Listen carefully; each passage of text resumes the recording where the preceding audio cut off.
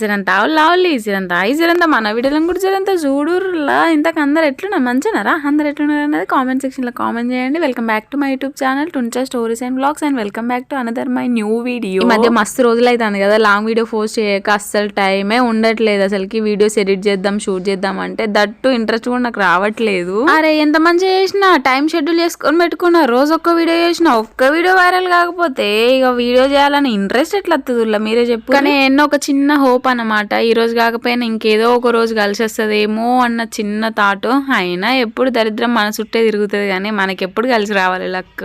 అరే ఎంతైనా మానిటైజేషన్ అయిన ఛానల్ కదా ఉల్లగట్ల ఎట్లా వదిలిపెడతా చెప్పండి గంత ఈజీగా. అందుకే ఇట్లా వీడియో చేయాల్సి వస్తుంది చేయని అనుకుంటేనే సర్లే కానీ నా బాధలన్నీ ఇంకా పక్కన పెట్టేస్తే ఇంతకి ఇయ్యాల ముచ్చట ఏంటంటే ఇవాళ మేము ఏం చేసినాం అన్నది నేనైతే చిన్న వీడియో షూట్ చేసిన అనమాట. ఇంకా ఆ వ్లాగ్ అయితే కంటిన్యూ అవుతుంది బాగుంటది ఎండింగ్ వరకు చూడండి. చూస్తూనే పోకురు జరంత లైక్ ఇచ్చుకోండి షేర్ చేయండి సబ్స్క్రైబ్ కూడా చేయండి మన ఛానల్ ని. నేను వీడియో తీయడం స్టార్ట్ చేస్తే చాలు వీడియోలోకి వచ్చేది కానీ ఇప్పుడు లేదు. నాకు వీడియో ఎడిట్ చేస్తుంటే ఏడుపు వస్తుంది నిజంగా. నేను చాలా మిస్ అవుతున్నా మహాని కానీ తప్పట్లేదు. ఎందుకు ఎమోషనల్ అవుతున్నా అంటే ఇది వీడియో ఎడిట్ చేసేసరికి నా మహా నా దగ్గర లేదు మా పిన్ని దగ్గర ఉంటుంది.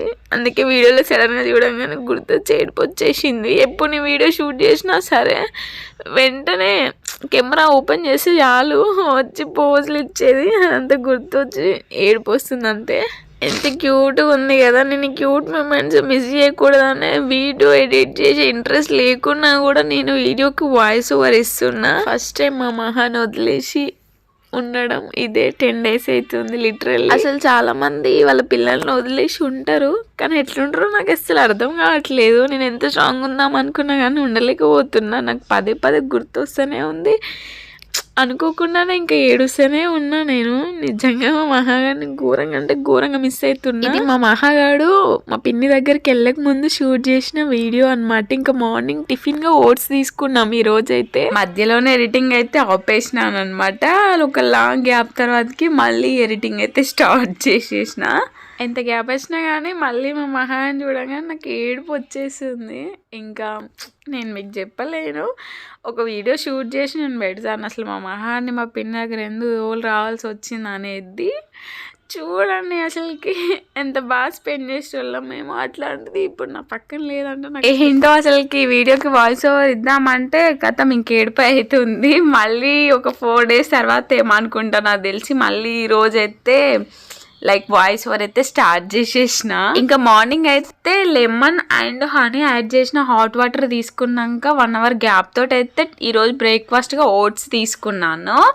అండ్ ఇంకా నేనైతే ఈవినింగ్ వరకు తినొచ్చు అన్నట్టుగా చాలా డేస్ అవుతుంది. మా చెల్లి కూడా వచ్చింది కదా అని మా చెల్లి కోసం అయితే ఫ్రూట్ సలాడ్ కూడా చేశాను. ఇంకా మా చెల్లి ఓట్స్ తినను అనేసి అంటే ఇంకా పాలల్లోనైతే అప్పాలు ఇచ్చేసిన అనమాట.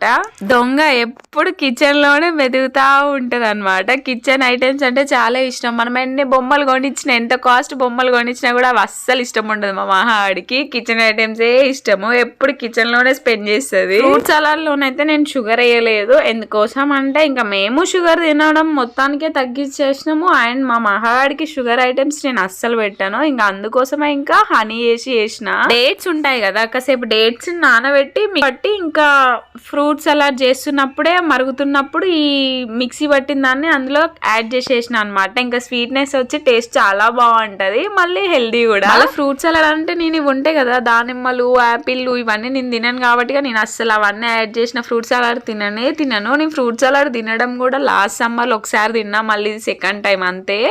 నేను ఎట్లా చేస్తా అంటే చేస్తే ఒక మామిడి పండుతోటే చేస్తా లేకపోతే అంటే లాస్ట్ టైం చేసినప్పుడు మామిడి పండుతో చేసిన. ఇంక ఇప్పుడైతే మామిడి పళ్ళ సీజన్ కాదు కదా అందుకే అరటి పండుతో చేసిన.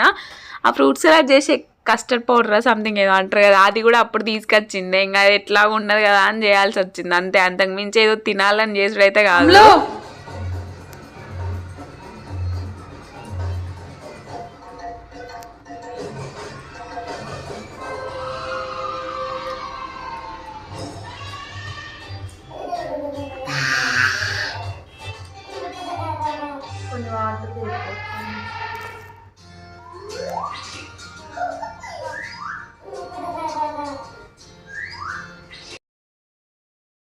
ఇవాళ ఆఫ్టర్నూన్ లంచ్లోకి అయితే సాంబార్ చేసుకొని మేమైతే ఆమ్లెట్ వేసుకున్నాము. మస్తు మస్తు కారమైంది సాంబార్, పచ్చిమిరపకాయల కారం ఘోరంగా ఉన్నది.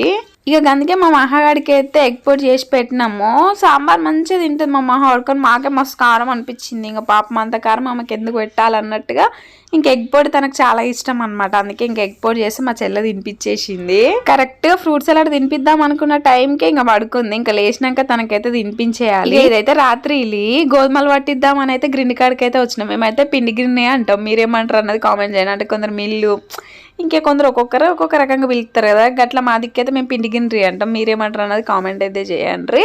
తెలుసు కదా ఊళ్ళో నేనైతే గోధుమ పిండి అయితే కడిగి గోధుమల్ని ఎండబెట్టుకొని ఇట్లా గిన్నెలను అయితే పట్టిస్తాను అనమాట. బయట ఆట కొనడం, ఆశీర్వాద్ కొనడం అవి ఎప్పుడో మర్చిన. కొంచెం పని అయినా కొంచెం కష్టమైనా కానీ ఐస్నిక్ తినడానికి ట్రై చేస్తాను ఈ మధ్యలో అయితే. ఇంకా మేమైతే రెగ్యులర్ గా బనానా గీ అన్నకాన్నే తీసుకుంటాం. 20 రూపాయలకే డజన్ అయితే ఇస్తాడు.